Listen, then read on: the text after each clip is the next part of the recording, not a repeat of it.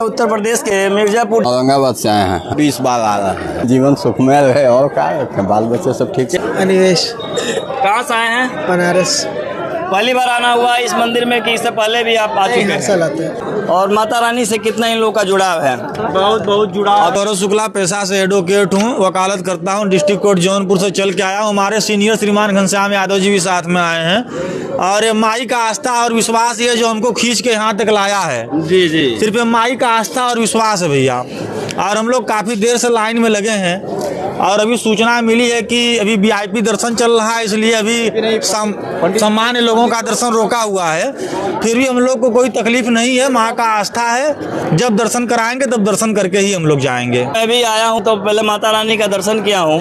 कुछ कमियाँ हमें भी देखने को मिला है। माता रानी का आशीर्वाद है और माई का कृपा है कि हम लोग करीब यहाँ घंटों से खड़े हैं और हमारे घुटन और पैर में कोई अभी तक दर्द महसूस नहीं हो रहा है। लेकिन मैं जगदम्बा जगत जननी से प्रार्थना करूँगा कि ये जो VIP वाले आते हैं, VIP सिस्टम खत्म होना चाहिए। सबको सामान्य दर्शन करना चाहिए।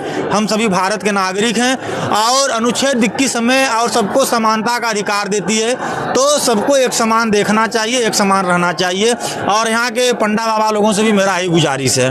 और क्या नाम होगा आपका? प्रवीण यादव। कहाँ से आना हुआ है? हम आए जौनपुर से। बहुत लगाव, समझ लीजिए कि 3 पीढ़ियों से हम लोग यहाँ चले आ रहे हैं। हमारे परदादा भी आते थे, दादा भी, पिताजी भी, हम। त्रियंत्र के नाम से भी जाना जाता है। इसके बारे में तो हमको बहुत विशेष जानकारी नहीं है। जानकारी है इसके बारे में? बिल्कुल जानकारी है। अष्टभुजी कालिका और विंध्याचल यहाँ जो है मिलकर त्रिकोण बनाते हैं। मैं पेशे में वकालत के साथ साथ मैं अध्यात्म में काफ़ी विश्वास रखता हूँ। पूरे वर्ल्ड का, पूरे विश्व का जो मुख्य बिंदु है, जब आप उसको ग्लोबल पे या आप अंडर एरिया जब उसको मॉनिटरिंग करेंगे सैटेलाइट से, तो मेन बिंदु ये विंध्याचल देवी ही स्थान पाया जाता है।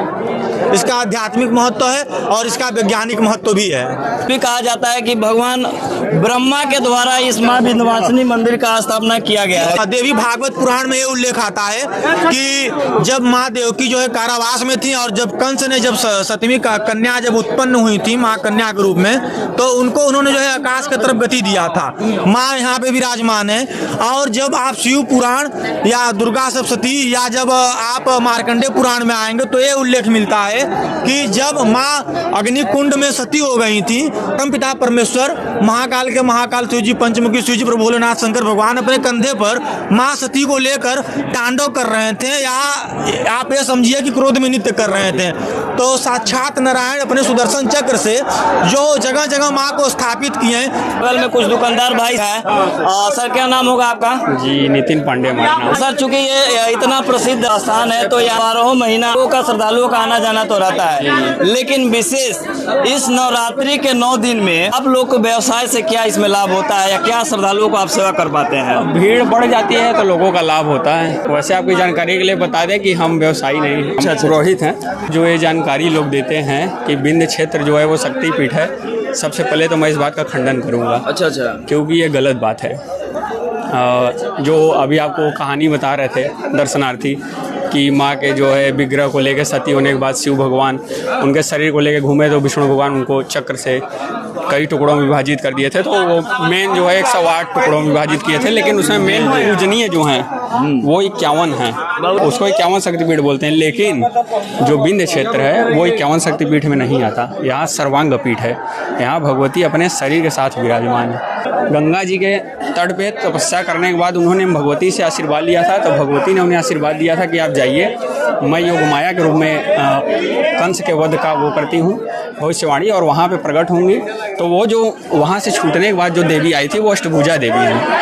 आज भी उनके पैर में जो है आपको उनके कंस के उंगलियों के निशान उस मूर्ति में विग्रह में मिलेंगे। लेकिन जो माँ विंध्यवासिनी है, ये इनका कोई आदि नहीं किसी को पता है, न किसी को इनका अंत पता है। क्योंकि इसको त्रिकोण 3 कोण ये है कि 3 कोण पे यहाँ 3 देवियाँ हैं, तीनों देवी विराजमान है। और इस त्रिकोण के बारे में अगर आप मतलब डिटेल में जानना चाहते हैं तो आपको सौंदर्य लहरी पढ़ना पड़ेगा। वहाँ पे जब शंकराचार्य से उनके शिष्यों ने पूछा था भगवती के बारे में, तो उन्होंने सौंदर्य लहरी नाम की एक पूरी पुस्तक उसी के विषय में लिखी है। तो वहाँ उन्होंने उस त्रिकोण का जिक्र किया है कि जब उन्होंने बताया कि पूरे सृष्टि की उत्पत्ति कैसे होती है और पूरे सृष्टि का वो मतलब विनाश काल में क्या होता है, तो उन्होंने उसके बारे में वो त्रिकोण का जिक्र किया है। वो त्रिकोण आपको पूरे ब्रह्मांड में कहीं नहीं मिलेगा, वो विंध्य क्षेत्र में मिलेगा। और वहाँ पे ये भी जिक्र है कि उस ऊर्जा का उन्होंने उनके शिष्यों ने शंकराचार्य से पूछा कि अगर वो इतनी शक्तिशाली शक्ति है तो उसका ऊर्जा कितना है। तो भगवान ने बताया कि उनका ऊर्जा इतना है कि जितना ब्रह्मा विष्णु महेश के मुकुट से जो तेज निकलता है उतना तेज उनके चरण में है।